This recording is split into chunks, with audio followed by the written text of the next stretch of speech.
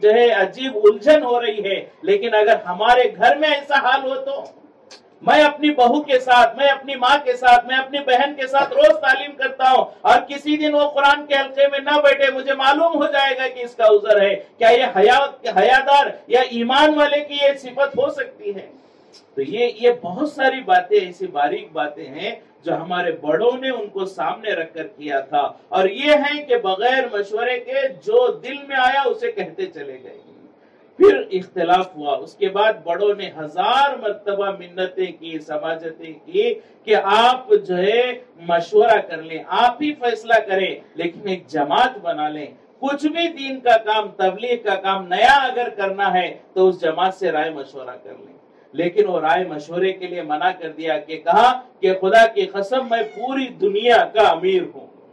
فرمایا کہ پہلے امیر ہونے سے ڈرتے تھے، صحابہ امیر بننے سے ڈرتے تھے، مولانا الیاس صاحب، مولانا یوسف صاحب، مولانا الیاس صاحب، مولانا انعام الحسن صاحب، یہ سب امیر ہونے پر ڈرتے روتے تھے، اور یہ کہہ رہے کہ خدا کی قسم میں پوری دنیا کا امیر، اور جو مجھے نہ مانے وہ جہنم میں جائے۔ فرمایا کہ امیر کون ہوتا ہے؟ امیر المومنین کون ہوتا ہے؟ اس کی ماننا ہر مسلمان پر ضروری، وہ تبلیغ کا امیر نہیں۔ بہت سارے دوسرے مسلک ہیں، دوسرے فرقے ہیں، وہ انہیں امیر نہیں مانتے، تو کیا وہ جہنم میں جائیں گے؟ ایسا ہرگز نہیں ہے۔ تو یہ بہت ساری باتیں ہیں جو عورتوں میں نزاکت کی وجہ سے اس کا مذاکرہ نہیں کیا جاتا، لیکن چونکہ حالات کی وجہ آئے اور اسے سمجھنا بھی ایک بہت بڑا ضروری مسئلہ تھا، لہٰذا آج اس کو مختصراً بیان کرنے کی کوشش کی گئی۔ لیکن بنیاد یہ سمجھ لیں، ہمیں مولانا سعد صاحب سے جو اشکال ہے وہ ان کی ذات سے نہیں ہے، ان کے بنگلے سے نہیں ہے، ان کے کاروبار سے نہیں ہے، ان کی ان باتوں کی وجہ سے ہے جو قرآن کے خلاف ہے، حدیث کے خلاف ہے، اور جو ہے ہمارے قیاس کے خلاف ہے، اور اکابرین اور اہل سنت والجماعت کے خلاف ہے۔ تو اس کی وجہ سے ان سے اختلاف ہے۔ الحمدللہ ہمارے شہر دھارواڑ میں شروع سے بھی ایک زمانے سے چھپر بند مرکز کے ذریعے سے پورے دھارواڑ کے اطراف بستیوں میں کام ہو رہا ہے، اور جب یہ اختلاف ہوا، یہ جو ابھی حالات بیان کیے گئے، یہ مسائل ہوئے، تو الحمدللہ دھارواڑ کے تقریباً 80-90 علماء حفاظ ہیں۔ الحمدللہ ہمارے شہر دھارواڑ میں 80-90 علماء حفاظ ہیں، یہ سب جمع ہوئے، اور ان کی ایک جماعت بنی لجنت العلماء کے نام سے، اور ان سب علماء نے بیٹھ کر جو ہے مشورہ کیا کہ کیا کریں گے، دعوت کا کام تو ہم کر رہے تھے، اب 2 جماعتیں ہو گئی، کس کا ساتھ دیں گے؟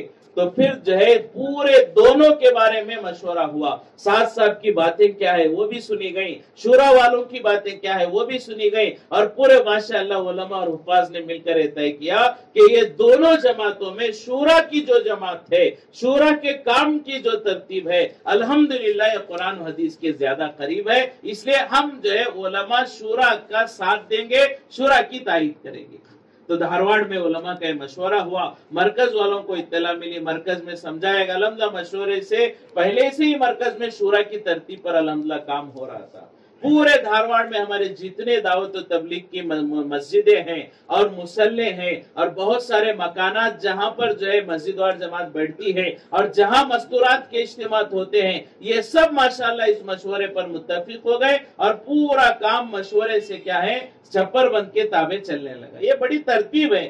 ہمارا گھر ہمارے مسجد سے جڑا ہے، جیسے مثال کے طور پر ہمارا یہ جو ہے گھر ہے یہ مدرسے سے جڑا ہے، یہ مدرسہ مدیاڑ حلقے سے جڑا ہے، مدیاڑ حلقہ جو ہے چھپر بند سے جڑا ہے، چھپر بند بنگلور سے جڑا ہے۔ اسی طرح فرمائے کہ ہمارا پورا نظام ہے جو مشورے سے چلتا ہے۔ تو الحمدللہ پورے دھارواڑ کی دعوت کی سب مسجدوں میں اور سب جو ہے مستورات کے اجتماع جہاں ہوتے ہیں، جہاں تعلیم ہوتی ہے، سب جگہ الحمدللہ ایک ہی ترتیب سے، شورا کی ترتیب سے مشورے سے کام ہو رہا ہے۔ اور وہ کیوں ہو رہا ہے؟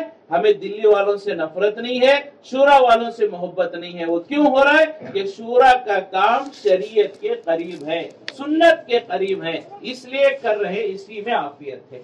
لہٰذا اگر کوئی ایک آدھ آدمی ادھر ادھر ہو جاتا ہے، لیکن ہم مشورے کے تابع رہیں۔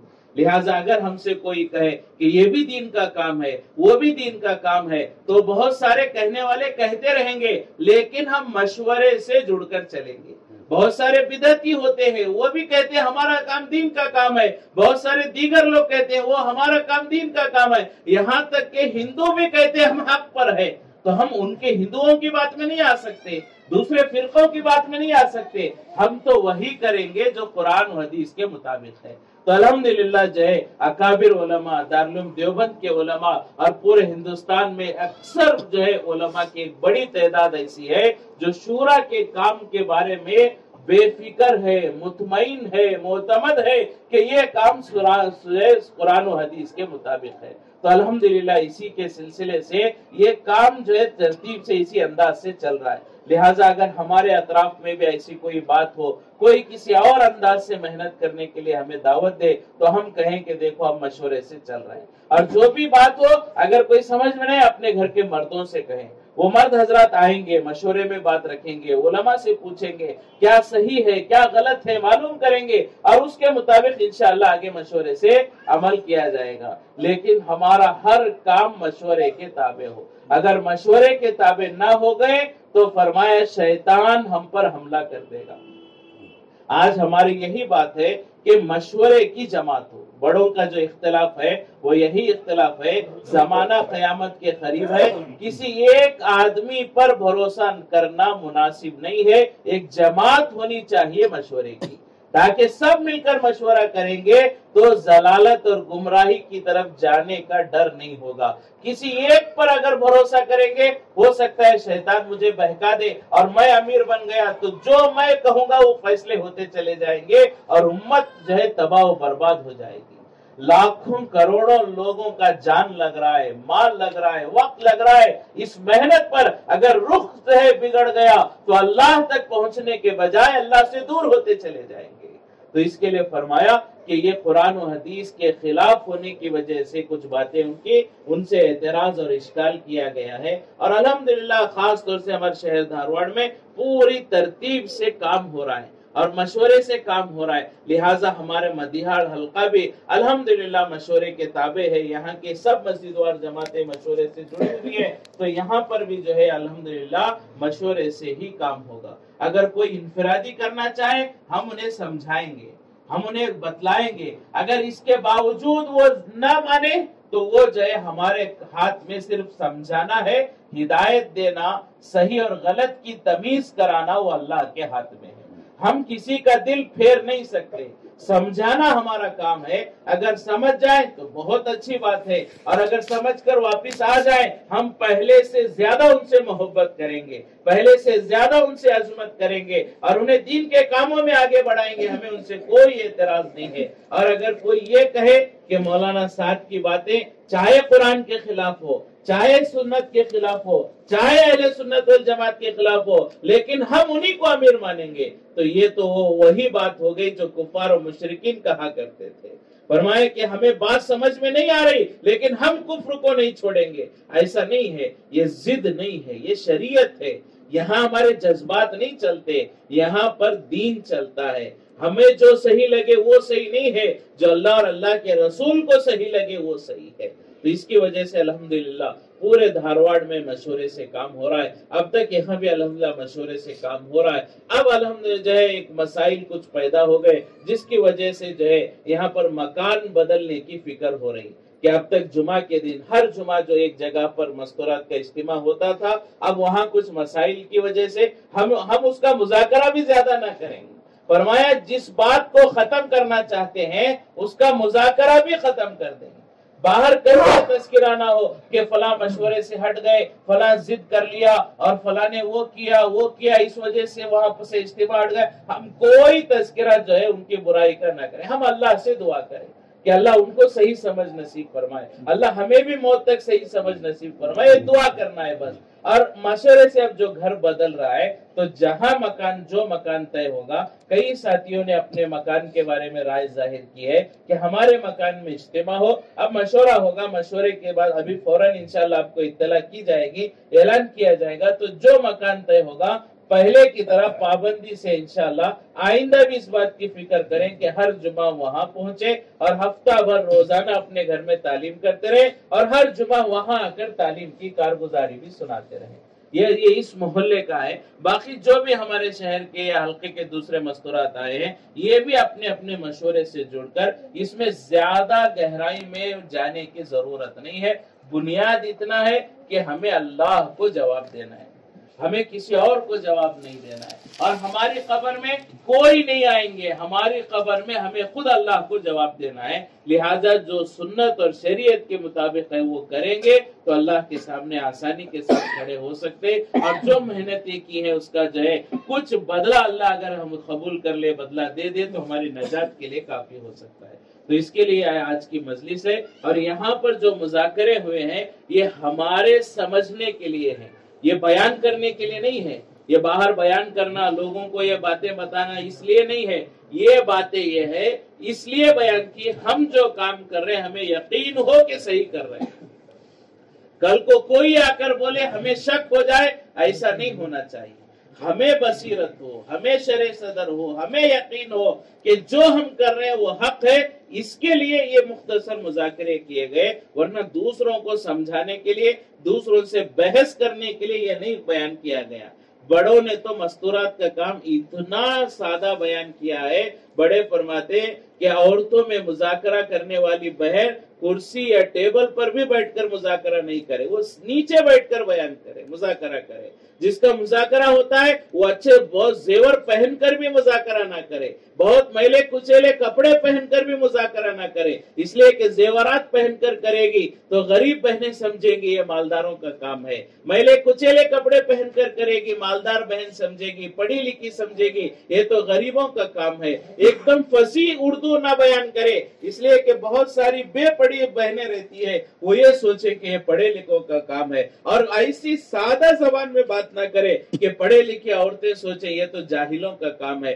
ایسا نزاکت کا کام مستورات کا ہے, ہر کام بڑوں کے مشورے سے, ورنہ ایسا نہ ہو ہم کام کریں دین سمجھ کر اور وہ بے دینی میں شمار ہوتا رہے. تو اس کے لیے مستورات کا کام بہت نازک کام ہے, اس لیے ہر کام اپنے گھر کے مردوں سے پوچھ کر مشورے سے کرنے کی فکر کرے, اور یہ باتیں جو مذاکرے میں ہوئی وہ ہمارے دل و دماغ میں بٹھا لیں, کہیں اور بیان کرنے کی ضرورت نہیں ہے. تاکہ کہیں اور بیان کریں پھر وہ کسی اور جگہ بولے, اور بولتے بولتے جو ہر منہ سے دو باتیں بڑھتی جائیں گی اور مسائل اور اختلاف کی شکلیں ہو سکتی ہیں. یہ آج ہمارے شرع صدر کے لیے تھا, یہ باتیں ہمارے حد تک رہنی چاہیے. تو اس کے لیے جو ہے مشورے سے چل رہے تھے. ماشاءاللہ آپ کے جو ہے جڑنے کو قبول فرمائے. اب تک جو ہے محنتیں ہو رہی ہیں, ہماری جان مال اوقات صلاحیت لگ رہی ہے, اللہ اس کو قبول فرمائے. اور اب تک جو ہماری کمزوریاں, سستی, کاہلی, غفلت بھی اللہ اسے معاف فرمائے. آئندہ موت کے آخری سانس تک مشورے سے جڑ کر چلنے کے اللہ ہمیں توفیق نصیب فرمائے.